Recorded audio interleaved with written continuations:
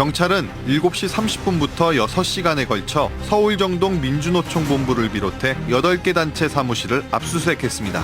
살인물 대포에 맞아 사경을 헤매는 백남기 농민에겐 지금껏 한마디 사죄도 없이 기습 압수수색 등 공안 탄압으로 폐륜을 저지르고 있다. 예, 지난 주말 경찰은 민주노총을 역사상 처음으로 압수수색했습니다. 이례적으로 압수물을 전격 즉각 공개를 했고요. 불법 폭력 시위임을 강조했지요. 지금 민주노총을 전방위로 압박하는 모양새인데 이제 경찰의 눈은 마지막 보루 조계사로 쏠렸습니다. 민주노총 한상균 위원장이 은신하고 있는 곳이죠. 일각에서는 아무리 종교시설이어도 경찰이 들어가서 체포를 해와야 한다라는 주장도 있고요. 또 한편에선 예로부터 종교시설이 보호하고 있는 사람에 대해 공권력을 행사해선 안 된다. 이런 주장도 나옵니다. 한상균 위원장 어제 기자회견을 계획했다가 취소했습니다. 그래서 오늘 방송이 아마 첫 입장을 듣는 시간이 될 것 같은데요. 연결을 바로 해보죠. 조계사에 은신 중인 한상균 민주노총 위원장입니다. 위원장님 나와 계십니까? 네, 안녕하세요. 예, 지금 조계사에 머문 게 며칠째가 되죠?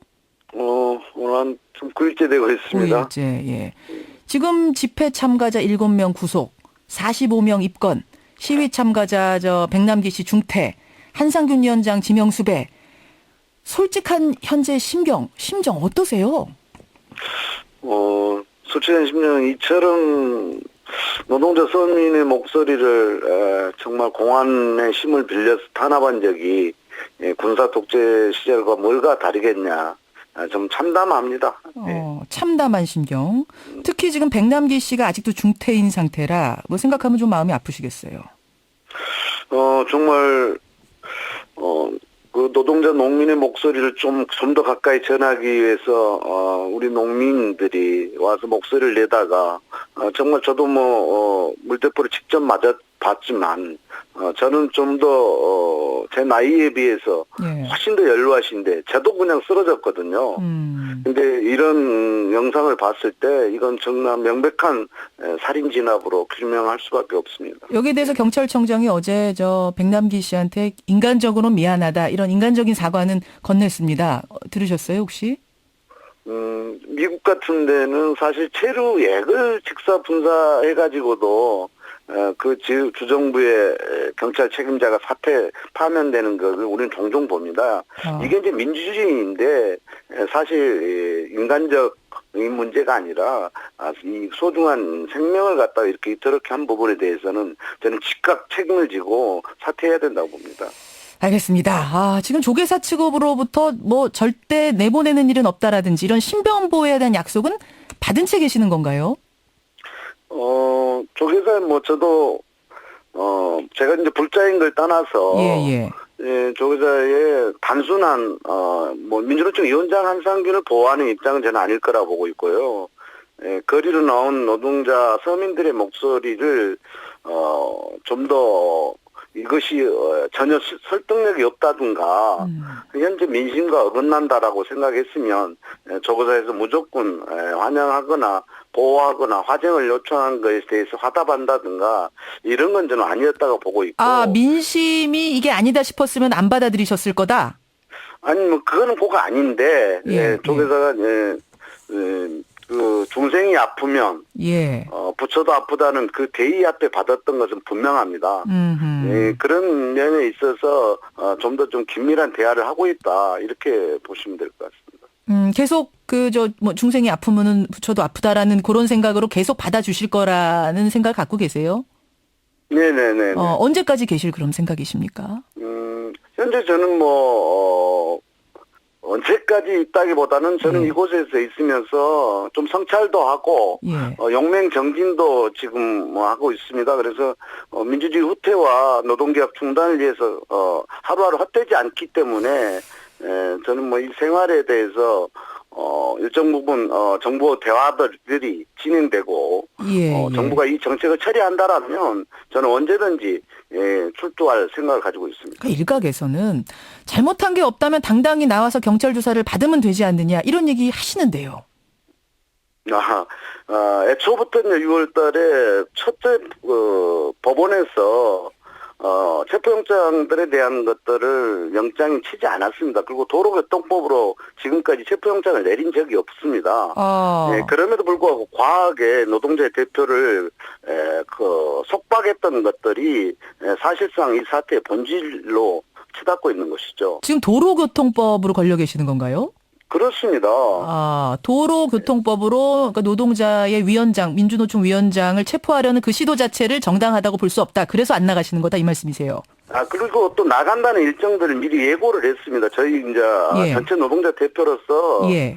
중요한 일정들이 있기에 이 일정들을 좀 소화하고 출석하겠다라고 했는데 그걸 갖다가 그동안 관례였으면 이런 일정들이 좀 조정이 됐습니다. 그럼에도 불구하고 바로 영장을 청구하는 이런 사태였습니다. 예. 일각에서는 지금 그 조계사 앞에서 보수단체들이 시위도 연일 하고 있고 그런 소리도 들으셨겠지만 종교시설을 투쟁의 거점으로 이용해서는 안 된다. 이런 주장도 나오는데 이 부분은 어떻게 보세요? 사실상 제가 직책을 가지고 있기 때문에 그런 비교를 하실 수는 있겠으나 이것은 결국 한상균과 또는 위원장이 여기 있다고 해서 이게 투쟁의 거점은 아닙니다. 순수하게 현재 입장에서는 제가 절박한 심적으로 여기 들어와 있는 것이고요.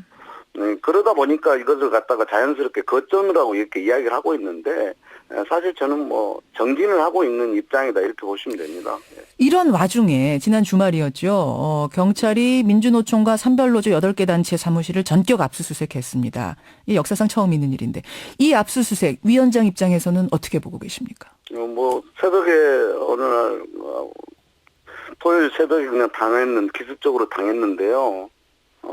정말 분노하지 않을 수 없고 일찍이 독재 정권에서도 이런 일이 없었는데 이런 진짜 말도 안 되는 만행을 좀 저지른 것에 대해서 여전히 지금 많은 조합원들이 분노를 하고 있고요.